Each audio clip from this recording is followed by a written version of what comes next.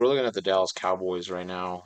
This is a team that there's a lot of jokes. There's a lot of jokes around this organization about how Cowboys fans are and how Dallas Cowboys players are and how this is the year and how they always fumble the bag in the end of the year and losing a wild card, especially at home in Texas, at the Jerry World. So yeah, I mean this is not something that's definitely taken well from all around the league, but also just Cowboys fans suffering, man.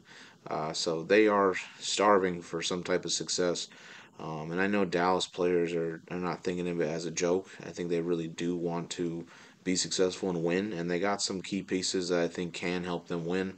It just can they be able to succumb all of their past struggles and make sure that they go deep in the playoffs.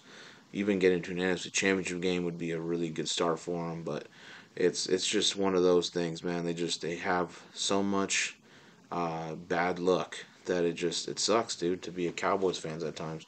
But I do appreciate the Cowboys fans that have gone through this struggle and they continue to support the team. So they're 12-5 last year. They're the NFC's champs. They lost embarrassingly to the Packers in the wild card game. They were 8-0 at home, 4-5 away, 5-1 in the division, scored 509 points, 315 points against.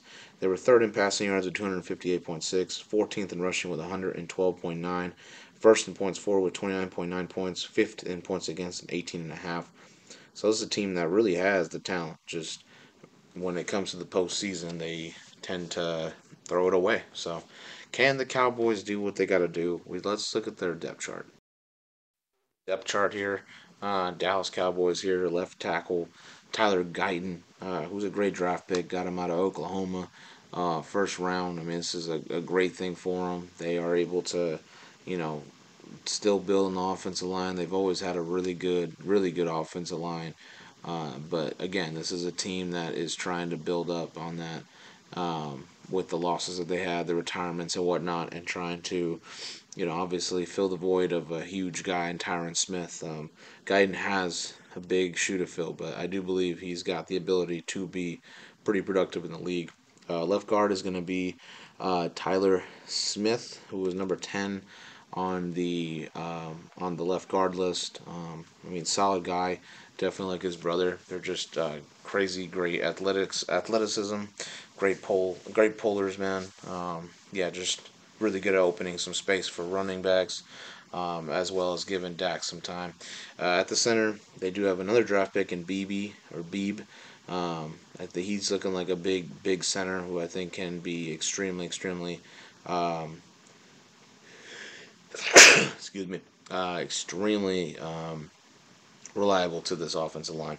At the right guard, you're going to have Zach Martin, number 2, future Hall of Fame right guard. Zach Martin, he's just done it for so long, and he still continues to be that success. He's the captain. He's going to be the leader of the offensive line, of course. But yeah, so agile, still doing it. Future Hall of Famer. Right tackle Terrence Steele. He signed a huge contract. I think he's reliable. He's a veteran type player for the offensive line. So you got to get some youth and you got to have some vets and some old guys. That's what they got on the offensive line. I think they're still going to be pretty good. They've built it, so it's good.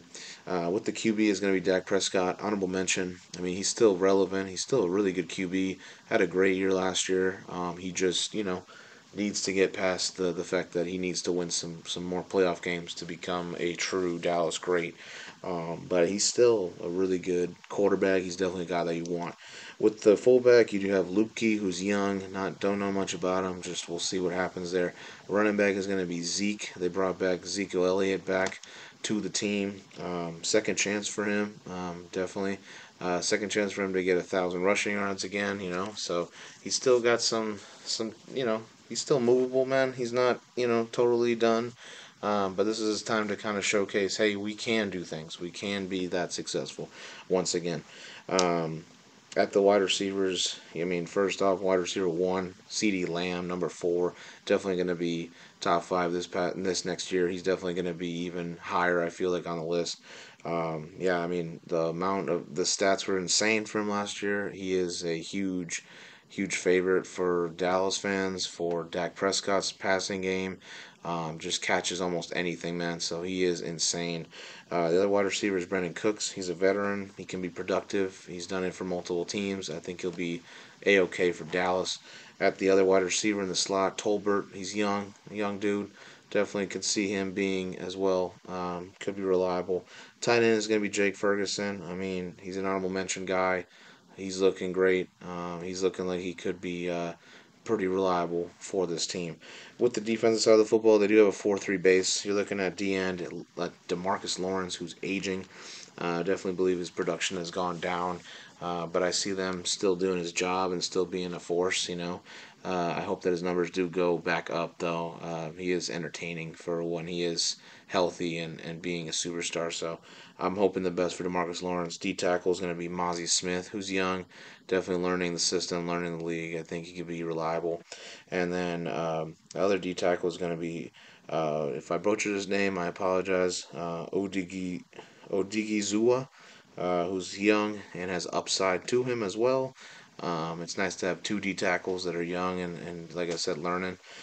D end is going to be Micah Parsons at number 2 as the outside linebacker. There's not much to say about Micah Parsons other than he's almost unblockable, and he's going to be Defensive Player of the Year candidate for a long time. With the linebackers, you have Damone Clark, who has young and upside, great numbers for him. He's going to be looking nice. Eric Kendricks, the middle linebacker, he's a veteran, a leader. He's definitely a tackling machine, definitely going to be super reliable for this defense. At the outside, you do have Luafau, who's a draft pick. I think he'd be pretty studly. I think he'd be super reliable for this team as well. With the corners, Duron Bland is not going to be out there. Injuries, it's tough, dude. Super tough, but he will not be out there. That's a huge loss for him. Corners, though, they're going to have a draft pick in Carson. I think we'll see how this goes. I think he could be pretty good, though. So time will tell, of course. But at the other side, they'll have Trayvon Diggs, who needs to stay healthy, dude. He is a ball hawk. He's a playmaker, but in order for him to continuously do that, he does need to stay healthy and stay on the field. But he's super productive. He's an honorable mention. At the safeties or the nickelback, you have Lewis, who is a veteran, reliable guy. Definitely, that's good. Nice to have some reliable pieces that are vets. At the safeties, you're going to start with Malik Hooker, who I think is not bad.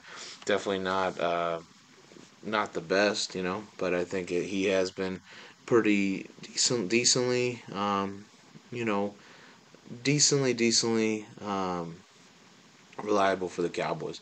At the strong safety, you are going to have Wilson, who's reliable, another veteran type guy. So their defense is a little bit of an age thing there. With the kicker, they got Brandon Aubrey, number 10. He came out of nowhere. Was a rookie and excelled. Almost like literally missed like I think 1 or 2 field goals the whole year. Huge success for this guy. Punter is going to be Anger. He's a veteran punter. He's been doing it for a long time. And lastly, Turpin, who is a kick returner. He's reliable, and I mean, all I can say about him is, well, he's fast, dude. So definitely, I could see him having some success at the return game. For the Cowboys season, I think they're going to leave off where they were last year. I think they're going to win many games. I do believe they'll be reliable. They will definitely have the chance of a top seed, or at least the number 2, number 3 spot. I think they'll definitely be a super big contender for a Super Bowl. Again, they're going to need to prove that they can actually win when it matters, and that's the postseason. So overall, their record right now. So looking at it, they beat Cleveland. They're going to beat the Saints. They're going to lose to Baltimore. They're going to beat the Giants. They're going to beat the Steelers. They're going to beat the Lions. Have their bye. They will definitely lose to the Niners because the Niners own them. They'll beat the Falcons, the Eagles, the Texans. They will lose to the Commanders because I think that's a trap game for them. I think the Commanders will just game plan. They've seen them so many times. They'll get a win there. They will beat the Giants, beat the Bengals, beat the Panthers, beat the Bucks. They will lose to Philly because they always definitely get one on each other, and they'll beat the Commanders to end the season at a 13-4 record. I think that's reasonable. I think the schedule is easy for them, so they should win all these games, man. Majority of them, if not 13-4, 12-5, but they should win these games. Um, Not with ease, but not with so much, so much of struggle bus. So if the Cowboys do what they need to do, they will have a great record. They're just gonna have to prove to people that they can win in the postseason.